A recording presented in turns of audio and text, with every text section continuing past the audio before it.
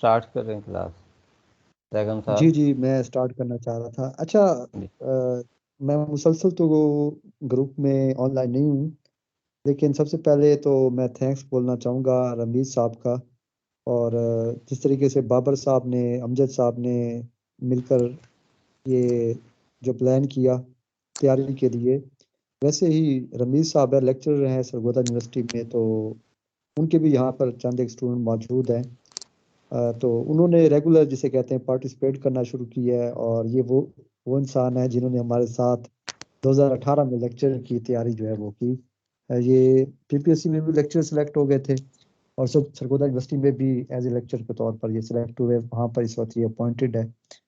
चलिए, बहरहाल टॉपिक की तरफ आते हैं। टॉपिक की तरफ आने से पहले दो तीन बातें करना चाहूँगा कि एक बार ग्रुप में देख रहा था, लोगों ने कहा कि एलजी तैयार की है, उसके बाद फंजाई की तरफ आए हैं और ब्रायफार्ड की तरफ आए हैं, तो अब जी एलजी भूलना शुरू हो गई है या फंजाई भूलना शुरू हो गई है। तो मैं एक बात आपको क्लियर कर दूं कि बॉटनी में तकरीबन 2015 से ही मैं जिसे कहते हैं ना पीपीएससी में टेस्ट में, बॉटनी में, बायो में, उस वक्त से हम तैयारी भी कर रहे थे, शॉर्ट लिस्ट भी हो रहे थे। एक बात आपको क्लियर बता दूं, इस वक्त जितने लोग भी शायद पूरे पंजाब में जो लोग यहाँ पर मौजूद हैं या इससे पहले टेस्ट देते रहे, मेजोरिटी हमें भी जानते हैं, हम भी उन सबको जानते हैं। तो एक चीज़ सब में कॉमन है कि जितने लोग भी तैयारी कर रहे हैं सब भूलते लाजमी है। लिहाजा इस चीज़ से परेशान ना हो कि जो कुछ आप पढ़ रहे हैं अगर साथ साथ भूल रहे हैं, तो ऐसा नहीं है कि सिर्फ आपके साथ हो रहा है, ये सबके साथ होता है। चाहे कोई शख्स 24 में से 16 घंटे पढ़ रहा है या कोई शख्स 24 में से 2 घंटे पढ़ रहा है। दूसरी एक और बात है जो सबसे इम्पोर्टेंट है, देखिए जैसे दिन करीब आते जाएंगे प्रेशर बढ़ता जाएगा, और आपने चीज़ों को एक बार रिवाइज नहीं करना। ये मैं आपको बिल्कुल सच बता रहा हूँ कि आपको बार बार रिवाइज करना पड़ेगा। इवन कि आखिरी दिन को सुबह आपका टेस्ट होगा, आपने रात को पूरी बॉटनी जो आपने रिवाइज करनी होगी, तो एक बार भी नहीं, आपको आखिरी दिन में शायद 2-3 बार रिवाइज करना पड़ेगा। तो उसके लिए इसका एक ही तरीका है या एक ही पॉसिबिलिटी है कि आपने जितना कुछ पढ़ रखा होगा उसकी शॉर्ट से शॉर्ट समरी आपके पास मौजूद होनी चाहिए। ठीक है, मैं फिर बता रहा हूँ, ये बातें बहुत शायद लेक्चर से भी ज़्यादा इंपॉर्टेंट है कि जितना आप पढ़ते जा रहे हैं आपके पास नोट्स लाजमी होने चाहिए, और आप उसकी समरी तैयार करेंगे, उसके बाद फर्दर मजीद उसको आप उसकी समरी तैयार करेंगे, मजीद शार्ट से शार्ट नोट्स तैयार करते जाएंगे, क्योंकि लास्ट डे को आपने पूरी बॉटनी को रिवाइज करना होगा। एक और क्वेश्चन लोग पूछ रहे थे कि बॉटनी की तैयारी के लिए कितने दिन रिक्वायर है। तो उसके लिए भी मैं आपको बता दूं कि 15 से 20 दिन में आप बहुत अच्छी तैयारी कर सकते हैं। बहुत अच्छी तैयारी आप 15 से 20 दिन में कर सकते हैं। जिन्होंने अभी भी शुरू किया है तो वो क्या कर सकते हैं, शॉर्ट लिस्ट हो सकते हैं। अच्छा, उसके बाद इसी टेक्सोनॉमी की तरफ आ जाते हैं। मैं बहुत सोच रहा था कि यार आज टेक्सोनॉमी जो है वो करवानी भी मैंने है, ठीक है, बहुत सारे लोग उम्मीद लगा रहे होंगे कि आज शायद टेक्सोनॉमी हम पढ़ना शुरू करेंगे, लेक्चर एंड होगा तो हमें सारी की सारी टेक्सोनॉमी याद हो जाएगी। मैं फिर आपको बता रहा हूँ कि मैंने बहुत सारी चीज़ों के नोट्स बनाए, लेकिन सबसे ज़्यादा मुश्किल जो मुझे भी हो रही थी वो टेक्सोनॉमी में हो रही थी। क्यों? यहाँ पर कोई एक करेक्टर नहीं है। जब हम फैमिलीज की तरफ आएंगे तो आप ये देख लें कि आपको स्टेम का भी पता होना चाहिए, आपको रूट का भी पता होना चाहिए, आपको लीफ का भी पता होना चाहिए। उसके बाद आपको, अगर हम रिप्रोडक्टिव पार्ट की तरफ आ रहे हैं, आपको इन्फ्लोरेसेंस भी अच्छे से तैयार होनी चाहिए, आपको फ्रूट भी, आपको प्लेसेंटेशन भी, आपको एंड्रोशम, गायनेशियम, और ये तमाम करेक्टर आपको अच्छे से तैयार होने चाहिए। अब फैमिलीज इतनी सारी है, सबसे पहले तो माइंड में क्वेश्चन आता है कौन सी फैमिली करे। तो यहाँ पर आपको ये बता दूं कि जो आपकी बीएससी की बुक्स में है, बीएससी की बुक्स में मुराद है जो पाकिस्तानी बुक्स में है, रामे की बुक्स में है, तो आप रामे से, कारवान से, उनमें जो फैमिलीज मौजूद हैं और जो वेजिटेटिव पार्ट के करेक्टर मौजूद है, आपने जस्ट उन्हीं को तैयार करना है और उन्हीं के शार्ट से नोट्स तैयार करने हैं। ठीक हो गया। अब शार्ट नोट्स की बात आएगी तो अक्सर लोगों के पास यहाँ पर मौजूद है 550 टर्म्स ऑफ प्लांट डिस्क्रिप्शन। उसमें स्टेम भी है, रूट भी है, लीफ भी है, और फ्लावर भी है, हर चीज़ को डिस्क्राइब किया हुआ है। 550 terms of plant description OP Sharma की बुक से ली हुई है, मेरे पास भी मौजूद है, लेकिन इतना टाइम नहीं है कि आप 550 टर्म्स को तैयार करते फिरें। तो मैं सोच रहा था कि इसको मज़ीद कितना जो है हम शार्ट करें। तो सबसे पहले हम देख लेते हैं, स्टेम की तरफ आते हैं कि वो वाले करेक्टर जो कि ऑलरेडी पेपर में पूछे हुए हैं या कुछ यूनिक हैं, हम उन्हीं को क्या कर लेते हैं, आज के लेक्चर में देख लेते हैं। मज़ीद मैं आपसे फिर ये कह रहा हूँ कि आप भी अक्सर जो लोग रेगुलर स्टडी कर रहे हैं, मज़ीद आप अपने नोट्स भी लाजमी तौर पर शेयर करें। और एक और बात सबसे ज़्यादा इम्पोर्टेंट, कि ठीक है हमने ये ग्रुप बना रखा है, यहाँ पर तैयारी हो रही है, लेकिन अगर फर्दर आपके 2 से 3 लोगों के ग्रुप नहीं है तो फिर भी आप देख लें कि आप अच्छी तैयारी नहीं कर रहे हैं। मतलब 2-3 लोग आपके ऐसे होंगे जो बहुत क्लोज होंगे, उनके साथ भी आप ग्रुप बनाकर लाजमी तौर पर तैयारी करें। एक दूसरे से पूछे, बार बार बार पूछें। एलजी तैयार कर ली, एलजी को रिवाइज करें। तो ये repetition is the key to success. जितना रिपीट करेंगे उतना ही आपको अच्छे तरीके से तैयार होता जाएगा। चलिए बहरहाल लेक्चर की तरफ आते हैं। तो सबसे पहले रूट की बात की हुई है। यहाँ पर ट्यूबरस टैप रूट है। इसका काम क्या होता है? ये फूड रिजर्व के तौर पे इस्तेमाल होती है, मतलब फूड रिजर्व है। इसमें आपको सामने कैरेट है और रेडिश है, ये इसके एग्जांपल में है। तो ट्यूबरस रूट जो है ये आपसे पूछी जा सकती है पेपर में। मैंने तमाम के तमाम रूट या तमाम स्टेम के करैक्टर, तमाम लीफ के करैक्टर को यहाँ पर एक लेक्चर में डिस्क्राइब करना एक तो था भी, पॉसिबल भी नहीं था, ठीक है। और दूसरी बात है कि वो तमाम बातें जो इंतहाई सिंपल हैं उनको यहाँ लेक्चर में मेरे ख्याल से 1 घंटे के लेक्चर में उनको यहाँ पर डिस्क्राइब करना भी मैं बेहतर नहीं समझ रहा था। इसके बाद जो अक्सर पेपर में पूछा जाता है स्टिल्ट रूट का, स्टिल्ट रूट कौन सी है? ये स्टेम के लोअर पार्ट से निकलती है, जैसा कि हम शुगर केन में देखते हैं और बम्बू में देखते हैं कि ये स्टेम के लोअर पार्ट से निकल रही होती है। और स्टिल्ट का मतलब ये होता है सहारा देना, ठीक है। और ये स्टेम को क्या करती है? सहारा दे रही होती है। तो इसमें आपको पता होना चाहिए स्टिल्ट रूट बोलते किसको है, कहाँ से निकलती है और इसकी एग्जाम्पल क्या है। नेक्स्ट चलेंगे बाबर साहब।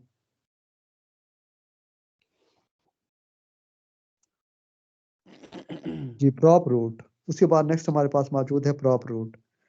वर्टिकली डाउनवर्ड इन एयर, जैसा कि आप देख रहे हैं यहाँ पे फाइकस बेंगलेंसिस में मौजूद है प्रॉप रूट। ये भी आपको पता होना चाहिए कि प्रॉप रूट कहाँ से निकलती है। और इसके अलावा इसकी एग्जांपल आपको पता होना चाहिए कि फाइकस के अंदर, फाइकस बेंगलेंसिस के अंदर ये मौजूद है। इरेटिंग रूट्स में यहाँ पर निमेटोफोर्स का इससे पहले पेपर में आ चुका है। निमेटोफोर्स, निमेटोफोर्स कौन से प्लांट के अंदर मौजूद होते हैं? ऐसे प्लांट जो कि वाटर लॉग सॉइल के अंदर मौजूद होते हैं, उनके अंदर ये इरेटिंग रूट्स जो हैं ये मौजूद होती है। और ग्रो वर्टिकली अपवर्ड, मतलब नीचे से ऊपर की तरफ निकलती है, सॉइल से ऊपर की तरफ आएंगी। इनका काम यही है, इरेशन है, जैसा कि आपको बता दी है। इसको आप अच्छे से तैयार करेंगे। नेक्स्ट, अब्जॉर्बिंग रूट्स में हमारे पास एपीफाइट्स में मौजूद हैं वेलामन, स्पॉन्जी टिश्यूज है वेलामन। उनका काम ये होता है कि ये इरेशन के लिए इस्तेमाल होती हैं। ऑर्चिड के अंदर ये मौजूद है। और पैरासाइटिक रूट में आपके सामने कसकोटा मौजूद है। रूट का लेक्चर मजीद जो आप इसकी टाइप्स देखेंगे, आप किसी भी रामे की बुक से देख सकते हैं, आप कारवान की बुक से देख सकते हैं। बहरहाल ये वो बातें थी जो इससे पहले पेपर में पूछी हुई, तो मैंने कहा आपसे डिस्कस कर लें। उसके बाद स्टेम की तरफ आते हैं। सकुलेंट स्टेम में हमारे पास यूफोर्बिया है। ये भी कॉमन सी बात है, इसमें कोई भूलने वाली बात नहीं है, हम हमेशा शुरू से इसको पढ़ते आ रहे हैं। अच्छा, इसके बाद है क्रीपर्स। ये क्रीपर है, रनर है, शक्कर, ये बहुत सारे मिलते जुलते ही हैं स्टेम, इसकी स्टेम की टाइप्स है और ये अक्सर पेपर में पूछी हुई होती हैं। क्रीपर है run along the ground, ground के अलोंग ही क्या करती है? ये करीब करती हैं। Develop adventitious root.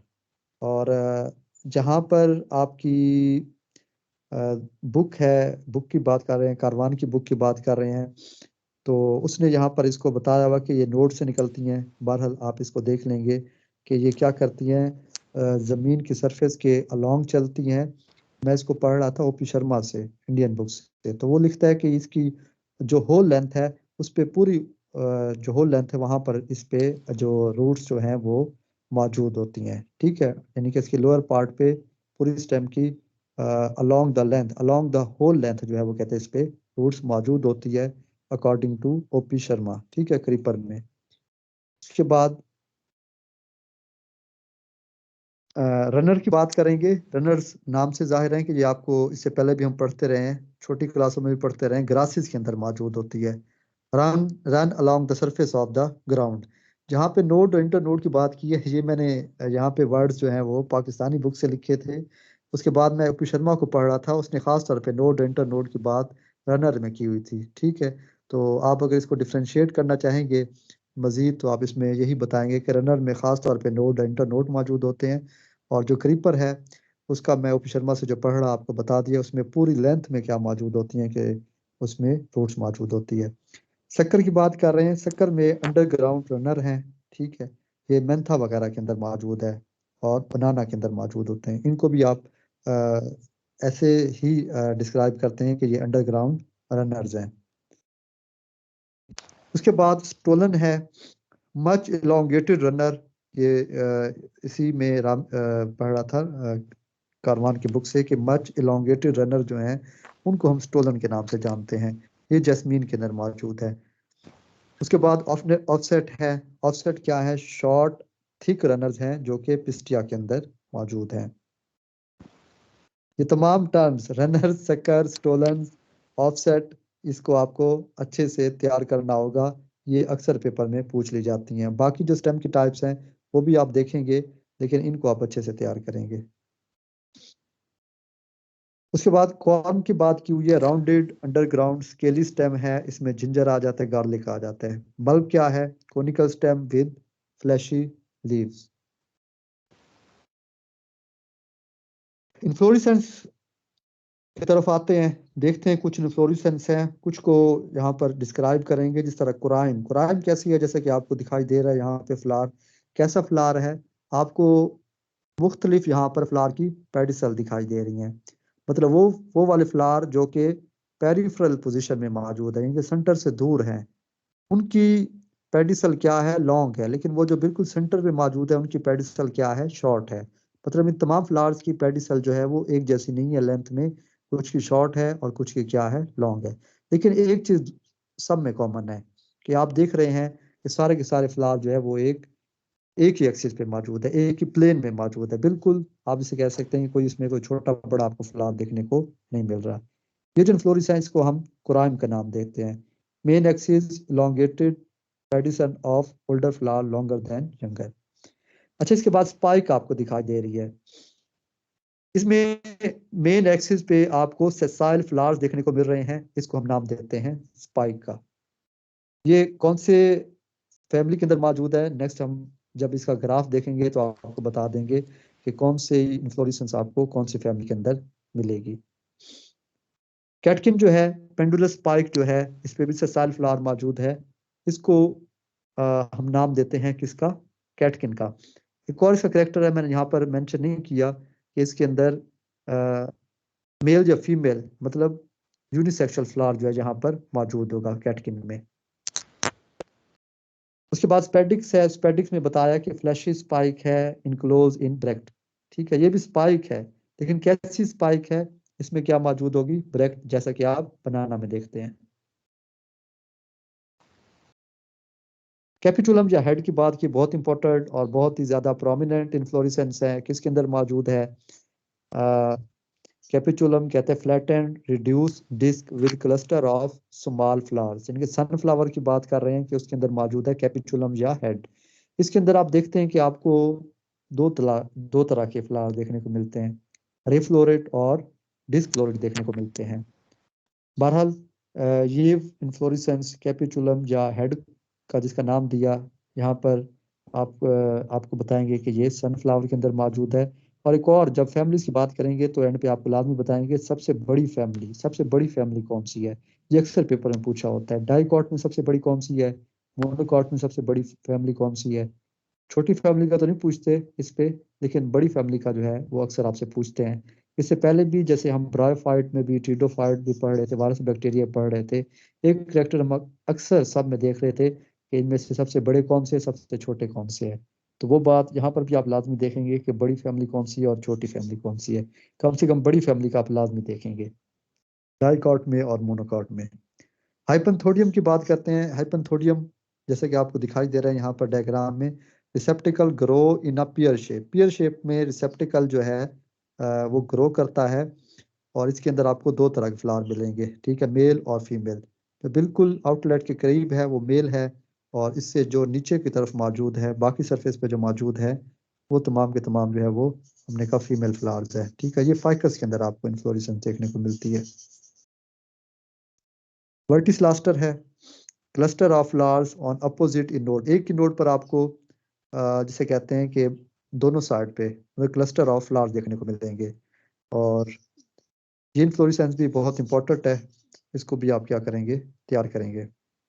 उसके बाद सेआथियम दिखाई हुई है, inflorescence enclose in a cup shape involucre. Cup shape involucre आपको दिखाया हुआ है, इसको यहाँ पर खोल के नहीं दिखाया हुआ, ठीक है, तो नहीं बल्कि खोल के ही दिखाया हुआ है। आपको दिखाई दे रहे होंगे फ्लावर दो तरह के हैं, एक दरमियान में जो बड़ा फ्लावर है, ठीक है, ये आपको देखने को मिल रहा है। उसके अलावा अगर आप इसको मजीद देखें तो आपको देखने को मिलेगा कि इस करीब इसके चारों तरफ मजीद भी आपको फ्लावर देखने को मिलेंगे। और इस तमाम के तमाम स्ट्रक्चर्स को क्या करते हैं, हम कहते हैं इनवॉल्यूकर जो है, यानी कि वो इसको क्या करता है, क्लोज करता है।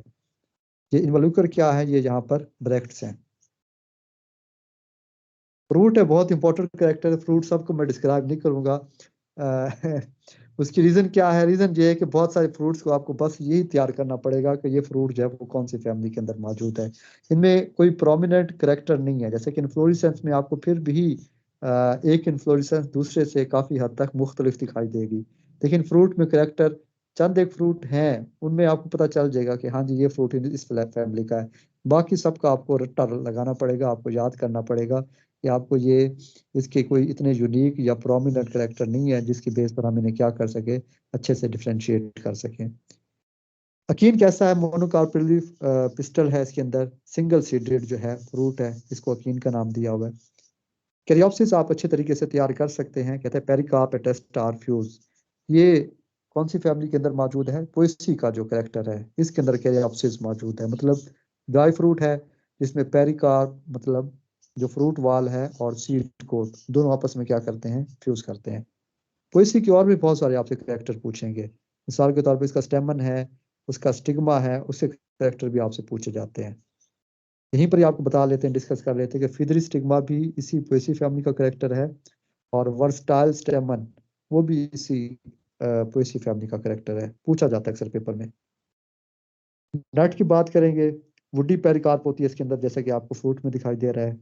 समारा कैसा है, कहते हैं samara develops wings which help in dispersal, ये एलिमेंट के अंदर मौजूद है। सिप्सेला बाइकार्पेलरी सिन कार्पस पिस्टल मौजूद है। इंफीरियर यूनिलैकुलर ओवरी मौजूद है, ये भी हेलियंथस की यहाँ पर एग्जांपल दी हुई है। लेग्यूम है, एक ही कार्पर है, मोनोकार्पेलरी है, एक ही यूनिलैकुलर ओवरी है। ये पेपिलियोनेसी फैमिली है, उसका करेक्टर है। स्लिकुआ बाइकार्पेलरी सिन कार्पस पिस्टल मौजूद है, और इसके अंदर पेराइटल प्लेसेंटेशन है। पेराइटल प्लेसेंटेशन कौन सी होती है, फर्दर आगे जाकर देखेंगे। प्लेसेंटेशन की जो टाइप्स है उसको आप तैयार करेंगे, जिस तरह बेसल है, पेराइटल है और एक्साइल। ये प्लेसेंटेशन जो है खास तौर पे आपको तैयार होनी चाहिए, अक्सर पूछी हुई होती हैं। सिलिकोला जो है वो क्या है, शॉर्ट है, ये भी वैसे सिलिकोआ की तरह है लेकिन उससे शॉर्ट है, और उसमें चंद एक सीड जो है वो मौजूद होते हैं। कैप्सूल पॉलीकार्पेलरी है, सिन कार्पस सुपीरियर ओवरी मौजूद होती है।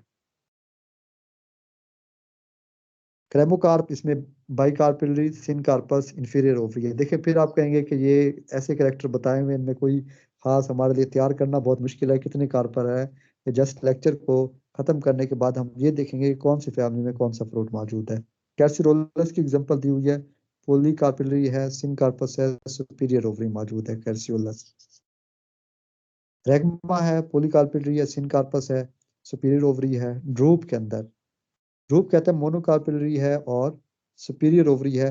अच्छा एक और चीज ड्रूप के अंदर, ये तो आप इसको तैयार कर सकते हैं ड्रूप का, कि ये खास तौर पे जो एनाकार्डेसी फैमिली है उसका करेक्टर है कि उसके अंदर ये फ्रूट मौजूद होता है, मतलब मैंगो वगैरह के अंदर। इसमें कौन सी लेयर फ्लैशी होती है, जो मेसोकार्प, इसमें मेसोकार्प फ्लैशी है, उस फ्रूट को हम क्या नाम देते हैं, ड्रूप का नाम देते हैं। बेरी बेरी के में और ड्रूप के अंदर क्या फर्क है, बेरी के अंदर दोनों लेयर मेजो और एंडो दोनों क्या होती हैं, फ्लैशी होती है। यहाँ पर आपको बहुत सारे एग्जांपल जो है यहाँ पर दिखाई हुई है बेरी की, इनके अंदर मेजो और एंडो दोनों क्या होती हैं, फ्लैशी होती हैं। पोम की बात कर रहे हैं, पोम जो है देखिए ये ओवरी वाल से नहीं बनता, इसमें एप्पल वगैरह की बात की हुई है। इसमें जो रिसेप्टिकल है वही फ्लैशी होता है, वही फ्रूट में चेंज होता है, जबकि पेरिकार्प जो है वो फ्रूट में चेंज नहीं होता। इसको हम पोम का नाम देते हैं।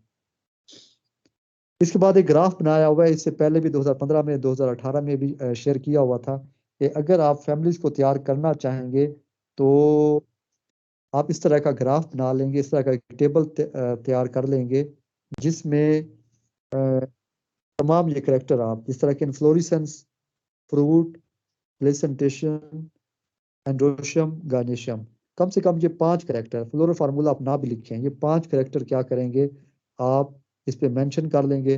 और अगर आप मजीद भी इसको शॉर्ट करना चाहें तो आप इसमें पहले 4 करेक्टर, मतलब कौन कौन से, इन्फ्लोरेसेंस, फ्रूट, प्लेसेंटेशन और एंड्रोशियम, ये आप 4 करेक्टर आप इसको अच्छे से प्रोमिनेंट लिखकर अपने सोने वाले कमरे में लगा लेंगे। इसको बार बार रिपीट करेंगे तो ही आपको क्या होगा, इसमें ये तैयार होगा।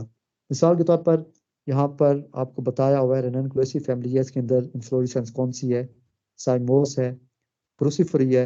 अच्छा, आप कहेंगे कि ये तमाम के तमाम जो करेक्टर है ये तो वैसे भी हमारे जहन में मिक्स हो जाएंगे बाद में। मिसाल के तौर प्लेसेंटेशन की बात कर लें, यहाँ पर प्लेसेंटेशन बहुत सारी बताई हुई है, किसी के अंदर एक्साइल बताई हुई है, किसी के अंदर बेसल बताई हुई है, किसी के अंदर पैरेटल बताई हुई है। तो आप ये देख लेंगे जहाँ पर स्टार बनाया हुआ है कम से कम आप वो लाजमी तैयार करेंगे। मिसाल के तौर पे इन्फ्लोरेसेंस के अंदर सियाथियम इन्फ्लोरेसेंस जो है यूफोर्बिया के अंदर मौजूद है, बहुत इंपॉर्टेंट है। और जो पेपिलियोनेसी, केजल पाइनेसी और माइमोसेसी, इसमें आप तीनों के अंदर रसीम भी लिख देंगे तब भी आपकी क्या है वो ठीक ही मानी जाएगी, इसमें कोई आपकी गलत नहीं मानी जाएगी। इसके अलावा यूफोर्बिएसी में आपको बता दिए सियाथियम मौजूद है, मोरेसी फैमिली है इसके अंदर कैटकिन मौजूद है, चिनोपोडियसी के अंदर पेनिकल, जो ब्रांच रसीम है उसको पेनिकल का नाम देते हैं, लेबिएटी फैमिली है उसके अंदर वर्टिसलास्टर है, एस्ट्रेसी के अंदर कैपिचुलम या हेड मौजूद है, पोसी के अंदर स्पाइकलेट इन्फ्लोरेसेंस मौजूद है। इसके अलावा जो फ्रूट की बात है तो आप इसको ऐसे ही तैयार कर सकते हैं कि सामने तमाम की तमाम ये फैमिली जो 13-14 फैमिली आपकी बीएससी में लिखी हुई है और सामने आप फ्रूट जो है वो मेंशन करेंगे कि कौन सा फ्रूट के टाइप यहाँ पर मौजूद हैं। हाँ, एक चीज़ यहाँ पे माइमोसेसी में लेग्यूम भी लिखा हुआ है, लुमेंटम भी लिखा हुआ है। लुमेंटम और लेग्यूम में थोड़ा सा फर्क होता है, यहाँ पर आप लुमेंटम ही मेंशन करेंगे माइमोसेसी में कि वहाँ पर हर एक सीड के बाद एक कंस्ट्रक्शन मौजूद होती है, उस फ्रूट को हम नाम देते हैं लुमेंटम का। इसके अलावा रोटेसी के अंदर हेस्पेरिडियम ये फ्रूट मौजूद होता है, ये भी यूनिक करेक्टर है, इसको आप तैयार कर सकते हैं। लेबिएटी के अंदर कैसिरोलस है और एस्ट्रेसी के अंदर सिपसेला फ्रूट मौजूद होता है, कोसी के अंदर कैरियोप्सिस और एम्बेलिफ्री के अंदर क्रैमोकार। इस तरीके से आप क्या कर सकते हैं, तैयार कर सकते हैं।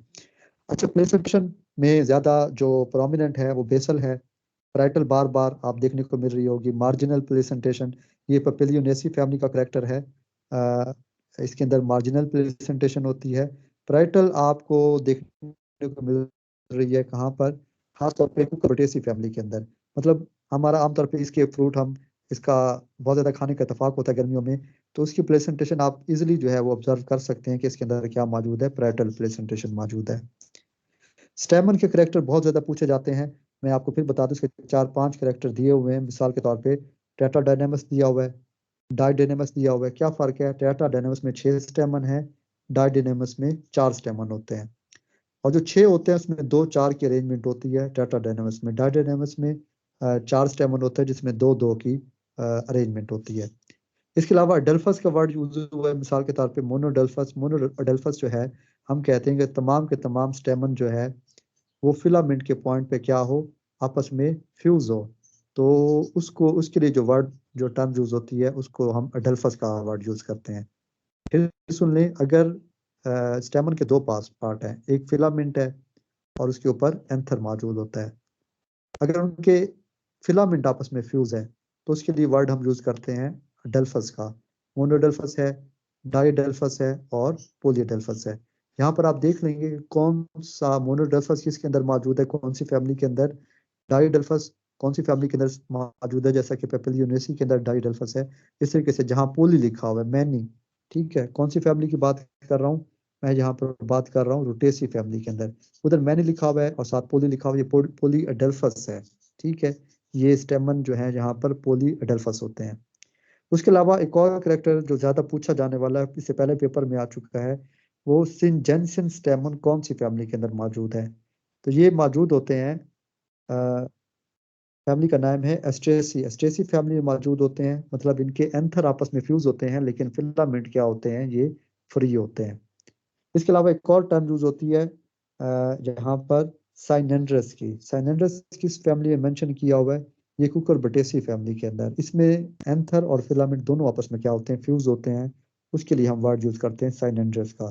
तो ये स्टेमन की जो आपको कुछ टाइप्स बताई हुई हैं और ये कौन सी फैमिली के अंदर मौजूद है, इसको आपको तैयार करना होगा। देखें, जो लोग थोड़ा सा कॉलेज लेवल पे पढ़ा रहे हैं, जिन्होंने फ्लावर को डिस्क्राइब किया हुआ है, उनके सामने ये तमाम करेक्टर आ चुके हैं किसी भी फ्लावर के, उनके लिए तैयार करना आसान है। लेकिन बाकी लोग भी इस तरीके से टेबल बनाकर अपने सोने वाले कमरे में टेबल लगाकर इनको आसानी से क्या कर सकते हैं, तैयार कर सकते हैं। इसके बाद जो गणेशम के करेक्टर बताए हुए हैं, यहाँ पर फिर बताएंगे कि आप चूज करेंगे, किसी में 2 है, किसी में 3 है। इसको अगर आप नहीं भी तैयार करते तो चंद एक फैमिली जैसा कि पुइसी फैमिली है, उसमें गणेशम देख लें कि गणेशम है कितने, और उसमें स्टिग्मा कैसा है, फीदरी स्टिग्मा है, स्टेमन कैसे, वर्सटाइल स्टेमन है, मतलब उसमें जो फिलामेंट है वो एंथर की बेस पे नहीं बल्कि उसकी डॉर्सल साइड पे अटैच है। इस तरीके से आप तैयार कर सकते हैं। बाकी आपसे फिर बता रहा हूँ कि किसी फैमिली का आपसे ये नहीं पूछा जाएगा कि उसमें सेपल कितने हैं, उसमें पेटल कितने हैं। आज तक 2015 से हम अपियर हो रहे हैं। उसके अलावा आपसे कभी स्टेमन के, ये सेपल के, पेटल के नंबर नहीं पूछे जाएंगे। एक तरतीब होती है जिसको आमतौर पे एस्टिवेशन का नाम देते हैं, वो आपसे पूछी जा सकती है। ठीक है, एस्टिवेशन, सेपल और पेटल की जो अरेंजमेंट है उसको आप खास तौर पे देख लेंगे। और टेक्सोनमी में चंद एक चीज़ें और हैं, मैं यहाँ पर आपको बता देता हूँ। वैसे आप उसको ओरली बता देता हूँ, आप उसको सुन लें कि होलोटाइप, आइसोटाइप और लेक्टोटाइप, ये जो टाइप्स होती हैं ये भी आप क्या करेंगे, लाजमी तौर पर तैयार करेंगे। उसके बाद प्रेजेंटेशन में, एक बार पहले हम प्रेजेंटेशन तैयार करके गए, वहां पर इन्होंने ये पूछ लिया कि इनमें से कौन सी प्रिमिटिव है और कौन सी एडवांस है। तो एवोल्यूशन के हिसाब से आप ये भी क्या करेंगे, लाजमी तौर पर तैयार करेंगे प्रेजेंटेशन, कौन सी प्रिमिटिव है, कौन सी हमने कहा कि उससे एडवांस है। उसके बाद मजीद जो बातें पूछी जाती है, लोग अक्सर ये सोचते हैं कि हम इतने तख्ता जान और बेंथम हुकर और ये तमाम के तमाम इनके सिस्टम ऑफ क्लासिफिकेशन जी हम कैसे तैयार करेंगे। इसमें आपको ये बता दूं कि इससे पहले भी हर्बेरियम शीट का साइज जो है वो पूछा हुआ था, तो आप हर्बेरियम शीट का साइज जो है वो खास तौर पे तैयार करेंगे। और देखें, बहुत सारे प्लांट जो हैं, अगर हम उनके साइंटिफिक नेम तैयार करना शुरू करें तो हमारे लिए पॉसिबल भी नहीं होगा। अक्सर इंटरव्यू में भी पूछ लेते हैं, लास्ट टाइम भी दोस्तों से पूछे थे उन्होंने। आप ये कर सकते हैं कि वो वाले प्लांट जिनके साइंटिफिक नेम आमतौर पे चेंज होते हैं, ठीक है, वो आप खास तौर पे तैयार करके जाए। मतलब 2018 में उस वक्त एलिमेंट का पहली बार साइंटिफिक नेम बुक्स में हमें नया देखने को मिला, तो वहां पर वो पूछा हुआ था। ठीक है, तो इस तरह की चीजें आप खास तौर पे क्या करेंगे, साइंटिफिक नेम में तमाम के नहीं तैयार कर सकते, तो आप चंद एक के जो खास तौर पे चेंज होते हैं वो आप तैयार करके जाएंगे। इसके बाद एक और चीज होती है इकोनॉमिक बॉटनी, वो भी आज के लेक्चर में तो नहीं है, लेकिन वो भी क्या करेंगे, आप तैयार करेंगे। टेक्सोनॉमी में फिर बता रहा हूँ कि अगर आप यही चीजें तैयार करके जाते हैं, देखिए हम 2015 में बॉटनी में, बायो में 2018 में अपीयर हुए, ठीक है।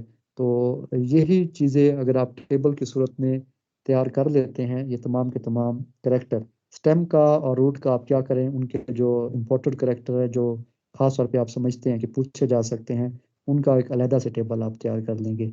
इस तरीके से आप तैयार कर सकते हैं। कुछ चीज़ें देखिए रट्टा बेस होती है, मैं फिर बता रहा हूँ आपसे, क्रेमो का सिप सेला वहाँ पर पूछा होगा कौन सी फैमिली का है, फ्रूट है, हो सकता है इसको डिस्क्राइब करने को ना कहा हुआ हो, या उसका कोई ऐसा यूनिक करेक्टर आपसे ना पूछा हुआ हो, लेकिन ये लाजमी पूछा जाएगा कि कौन सी फैमिली का है। तो अगर आपने ये चार्ट आपके पास मौजूद होगा, ऐसा टेबल मौजूद होगा, तो वहां पर आपके लिए तैयार करना जो है वो आसान हो जाएगा। बहरहाल आज का लेक्चर जल्दी खत्म हो गया बाबर साहब। तो इसमें कोई अगर किसी का कोई क्वेश्चन है खास तौर पे, तो वो पूछ सकते हैं, या कोई कोई शेयर करना चाहे तो वो यहाँ पर डिस्कस कर सकता है।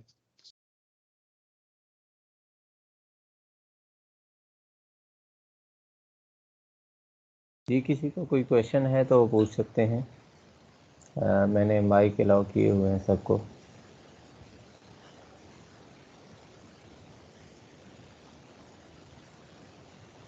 अस्सलाम वालेकुम सर, आवाज इंटरप्ट हो रही थी। ये पूछ बता दें कि रनर्स और कीपर्स में क्या फर्क बताया था आपने। हाँ, रनर का और क्रीपर का जो फर्क है ना, ये मैं आपको ना आपको बता रहा था कि मैं इसकी बुक से पढ़ रहा था, ओपी शर्मा की बुक से। तो उसने खास तौर पे ये बताया हुआ था, बल्कि उनकी जो वर्डिंग है वो भी मैं आपको यहाँ पर बता दूं कि रनर का और क्रीपर का जो फर्क बताया था। रनर कहता है कि ये भी क्रीपिंग अब अबव ग्राउंड क्या है, स्टेम है, लेकिन जो क्रीपर है उनका जहाँ पर आपको बता देता हूँ क्रीपर के बारे में उन्होंने क्या लिखा है।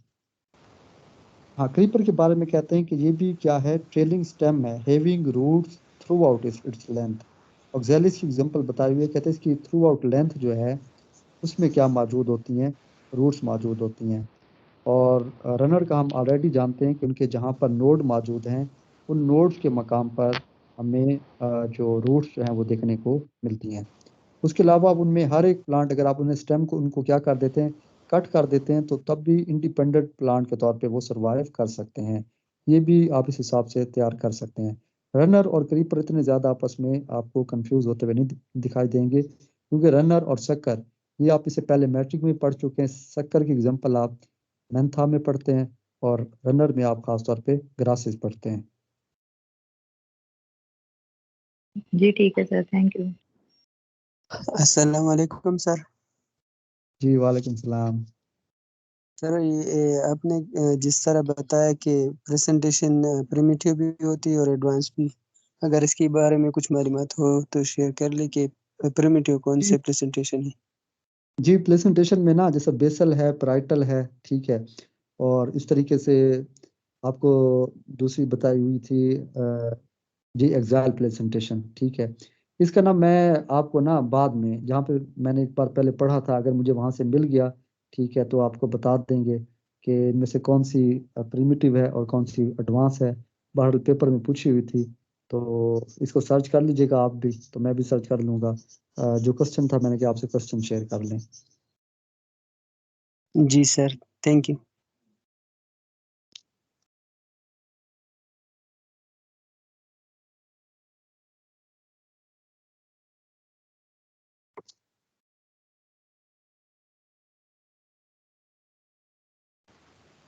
जी, और किसी का कोई क्वेश्चन हो तो पूछ सकते हैं। अच्छा, ये एक और बाबर साहब, खास तौर पे ये जो सिस्टम ऑफ क्लासिफिकेशन, ये अब जी सर। हमने भी कभी सारे के सारे तैयार नहीं किए थे। ये इतना कर सकते हैं कि किसी के ड्रॉबैक्स है, जैसा बेंथम हुकर के, तख्ता जान के हैं, और उसके अलावा हचिंसन के हैं, इनके जो अगर किसी के कुछ ड्रॉबैक्स हैं तो वो तैयार किए जा सकते हैं। बिल्कुल सर। जी, मेरिट्स डीमेरिट्स खास तौर पे ना आप देख सकते हैं। बाकी तमाम आपके लिए तैयार करना शायद आप कर सकते हैं, लेकिन हमारे लिए तैयार करना बहुत मुश्किल था। सर देखें ये सर इस डाइकॉट में कौन सी फैमिली शॉर्ट फैमिली है, स्मॉलेस्ट फैमिली? स्मॉलेस्ट फैमिली का मैंने फिर आपको कहा कि मेरे अपने माइंड में भी नहीं था। 12 एस्ट्रेसी फैमिली जो है ना, वो हमारे लिए सबसे बड़ी फैमिली है डाइकॉट में। देखिए ये चीज़ें ऐसी हैं जिसमें कोई भी इंसान जो है ये सारी चीज़ें एक ही वक्त में माइंड में नहीं रख सकता, तो इसको बार बार रिवाइज करना पड़ता है। तो फिर होता यूँ है कि जो प्रोमिनेंट चीज़ें होती हैं, प्रोमिनेंट फैमिलीज़ हैं, प्रोमिनेंट कैरेक्टर हैं, सिर्फ वो जहन में रह जाते हैं, जो कॉमन होते हैं वो जहन से फिर भी निकल जाते हैं। तो इसका बेहतरीन तरीका यही है कि इसको बार बार जो है वो देखते रहें, करते रहें। तो फैमिलीज़ को प्रिपेयर करने के लिए मैं जो स्ट्रेटजी अपनाता हूँ कि हर वीक पे जो है वो इनको रिवाइज़ कर लिया, देख लिया। तो थोड़ा सा टाइम दे दिया, जैसे ये चार्ट सर ने भेजा हुआ है, तो इसी तरह का चार्ट बना के उसको हर वीक पे देख लिया। बाकी जो है वो मैंने खुद भी अपने रूम में लगाया हुआ है ये चार्ट, सिर्फ इसी पर्पज़ के लिए कि बार बार नज़र से गुजरेगा तो हर नज़र में कोई ना कोई एक दो करैक्टर जो है वो याद रह जाएंगे। तो बस यही स्ट्रेटजी अपनाते हैं। जी, और फैमिली भी आपने कोई बहुत ज्यादा लंबी चौड़ी या डिटेल में नहीं करनी। आप जस्ट वही फैमिली जो आपकी पाकिस्तानी बुक्स में 13 14 या 15 16 फैमिली मेंशन है, आप वही फैमिलीज क्या कर लेंगे, तैयार कर लेंगे। देखिए, इससे पहले मैं आपको बता रहा हूँ कि आपके लिए लास्ट डे जो है सारी चीज़ों को रिवाइज करना बहुत मुश्किल होगा कम वक्त में। तो अगर जितना भी आप इनकी समरी तैयार करेंगे, इनको शॉर्ट से शॉर्ट नोट्स बनाते जाएंगे, तब भी आप सही टाइम पे आप रिवाइज कर पाएंगे। सर मेरा KPPSC में मैंने टेस्ट दिया था लेक्चरशिप का, उसका मेरा इंटरव्यू है 7 डेट को, तो मुझे क्या प्रिपेयर करना चाहिए था? इंटरव्यू के लिए पूरी बॉटनी में से इंटरव्यू होगा या टेक्सोनॉमी में से?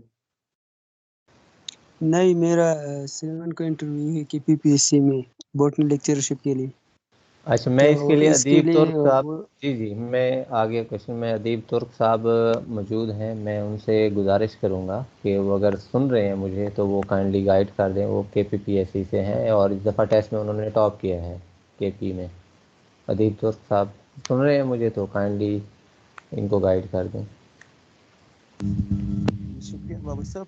इसमें KPPSC में इंटरव्यू में जो है मोस्टली FSC से क्वेश्चन जो है वो पूछे जाते हैं और वो डिपेंड करता है कि आपका रिसर्च वर्क कौन से टॉपिक पे है, तो उन्हीं में से क्वेश्चन जो है पूछे जाते हैं।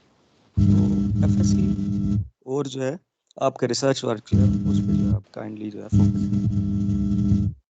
जी ठीक हो गया सर। सर, और ज्यादातर बेसिक क्वेश्चन पूछते हैं या एडवांस भी पूछते हैं? यंग मैन जी, इस ज़्यादा वाले से मैं बेसिक आपको बता दूं क्योंकि मैं काफी बार वो इंटरव्यू में भी अपीयर हो चुका। ये खास तौर पर ये भी डिपेंड करता है कि जो आपका इंटरव्यूअर है उसका अपना उसकी अपनी फील्ड कौन सी है।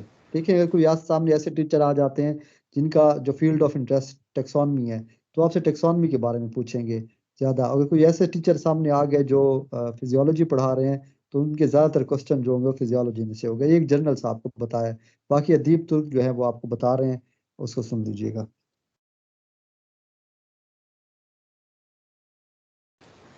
जी अदीब तुर्क साहब ने भी यही बताया है कि FSC से पूछ रहे हैं, ठीक है, वो इंटरव्यू देकर भी आए हैं। और आपका जो रिसर्च वर्क है अगर कोई, तो आपसे आपका रिसर्च वर्क भी डिस्कस कर रहे हैं। ये मेन है फोकस जी है सर। आपका। ठीक, तो और कोई मेंबर क्वेश्चन पूछना चाह रहे थे इनसे पहले? हाँ जी, कुछ तो डिस्कस करना चाह रहे थे तो वो भी बता दें। सर वो जी जी क्वेश्चन था लास्ट टाइम भी, ये क्वेश्चन आया था कि अनलिमिटेड स्टेमन कौन सी फैमिली में आता है, तो आप कौन सी फैमिली को इसको रिकमेंड करेंगे बेस्ट फैमिली स्टेमन हो? आई थिंक मैं कौन सी रोसेसी है फैमिली या फिर आज ही पढ़ रहा था, लेकिन वही बात जी। है कि मैंने लिखा हुआ है, आई थिंक मेरिटेसी में मैंने यहाँ पर लिखा हुआ है मैनी स्टेमन्स का। ठीक है, अनलिमिटेड आमतौर पे उनको बोलते हैं जिनके 10 से ज्यादा हो। ठीक है, उनको अनलिमिटेड बोलते हैं। 10 तक जो है हम जी उनके कोई ना कोई टर्म यूज कर आप रहे कौन होते सी हैं। फैमिली कह रहे हैं? यहाँ पे मैंने जो लिखा हुआ है ना, ठीक है, वो जी मैंने लिखा हुआ है ब्रिटेसी फैमिली में। ठीक है, आप इसको देख लीजिए, कंफर्म कर लीजिएगा, मैं यहाँ पे आपको एग्जैक्ट आंसर नहीं बता रहा। ठीक है, लेकिन मैंने एक वर्ड लिखा ब्रिटेसी के सामने मैनी, तो आप इसको देख लीजिएगा, चेक कर लीजिएगा, काउंटर चेक कर लीजिएगा। बाकी जिसके अंदर 10 से ज्यादा स्टेमन हो ना, उसको आमतौर पे अनलिमिटेड जो है ना वो हम आप देख रहे होते हैं। सर रोजेसी में मैंने पढ़ा है, उसमें भी रुदेसी अनलिमिटेड था। रुदेसी जी ठीक जी है, मैं अनलिमिटेड। मैं जी सर। हाँ, मैं यहाँ ऐड करना चाहूँगा, मैंने भी जो पढ़ा हुआ है उसमें रोजेसी फैमिली में ही जो है वो मैक्सिमम नंबर ऑफ स्टेमन होते हैं, तो इसी को जो है वो अनलिमिटेड नंबर ऑफ स्टेमन वाली फैमिली कहा जाता है। तो आप इसी को ही कंसीडर कर सकते हैं। तो अगर मुझसे पूछा जाए तो मैं ऑफ कोर्स रोजेसी फैमिली को ही चूज करूँगा। ठीक है, सर और जिसके अंदर आपने 10 जो सिलेबस बताया है ना बीएससी का, उसमें मेरे ख्याल में मालवेसी फैमिली नहीं है शामिल, तो उसके भी कुछ कैरेक्टर्स अगर आप डिस्कस कर लेते इस ग्रुप में। मालवेसी फैमिली मैंने यहाँ पे जो लिखा हुआ है, ठीक है, और सामने से करेक्टर भी है वो बताए हुए हैं। अगर आपके पास जो कोई बुक है रामे वगैरह की या कारवान की, उसमें अगर मालवेसी नहीं है, तो आप ये देख लें कि आप खुद उसको उसके यही करेक्टर आप किसी भी बुक से लिख सकते हैं। तो मालवेसी ये मैंने यहाँ चार्ट में मेंशन की हुई है, आई थिंक की हुई है, देख लेते हैं। जी माइमोसेसी है, और नहीं, वाकई आई थिंक नहीं, हाँ ठीक है, मालवेसी की जी हुई है। आपने ये लिखा है इसको। जी जी, तो आप इसके करेक्टर जो है वो देख सकते हैं मालवेसी के। यहाँ पे साइमोस लिखा हुआ है, जैसे कैप्सूल बताया हुआ है उसके फ्रूट के अंदर मौजूद है। प्लेसेंटेशन एक्साइल बताई हुई है। और मोनो अडल्फस मतलब तमाम के तमाम स्टेमन उसके एक ही सिंगल वर्ड। हाँ जी, एक ही उसमें सर्कल में होते हैं, आपस में फिला में उनके उनके फ्यूज होते हैं। तो इसके लिए मोनो अडल्फस की टर्म जो है वो यूज होती है।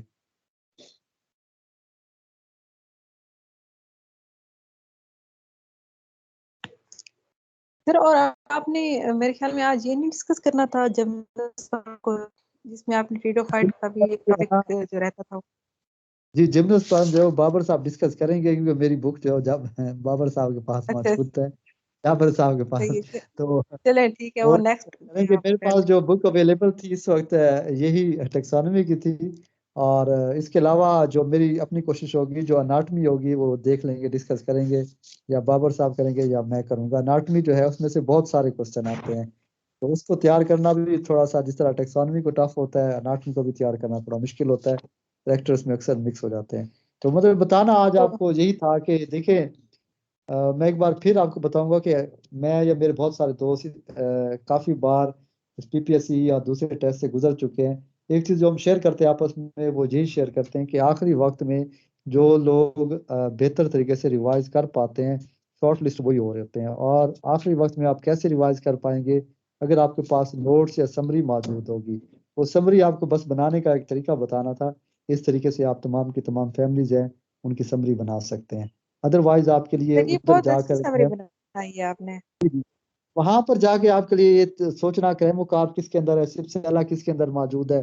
तो वो इस तरीके से आप इसे जो है समरी बनाकर आप तैयार कर सकते हैं।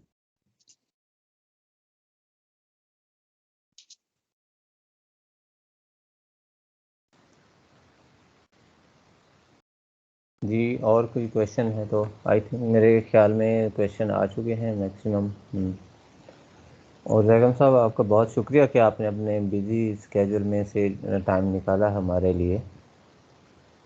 मैं तो आजकल बिजी नहीं हूँ, आप माशाल्लाह बिजी है, तैयारी कर रहे हैं। आप जो टाइम निकालते हैं, यकीन जानिए, तो जो लोग तैयारी कर रहे होते हैं ना, उनकी यही एक मेंटेलिटी होती है कि यार बस मैं शॉर्ट लिस्ट हो जाऊँ, बाकी अवाम जो है उसके लिए तैयार है।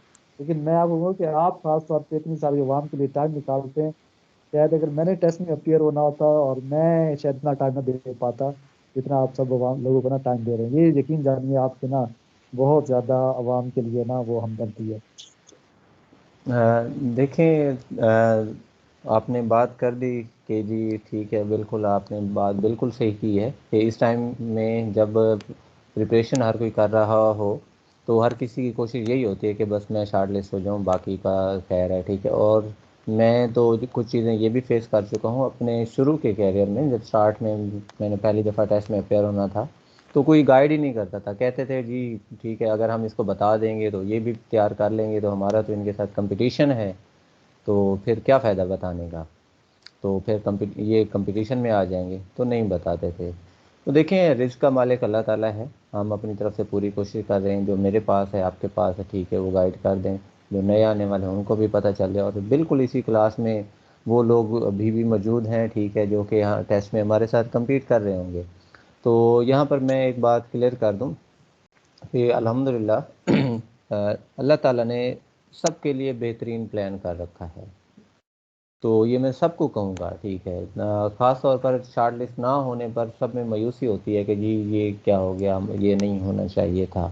तो देखें, आप अपनी तरफ से अपना पूरा बेस्ट इनपुट दें, जितनी तैयारी हो सकती है वो करें, बाकी जो है वो अल्लाह ताला से दुआ करें कि वो आपके लिए आपके हक़ में बेहतर करे, और वो हमेशा बेहतर ही करेगा।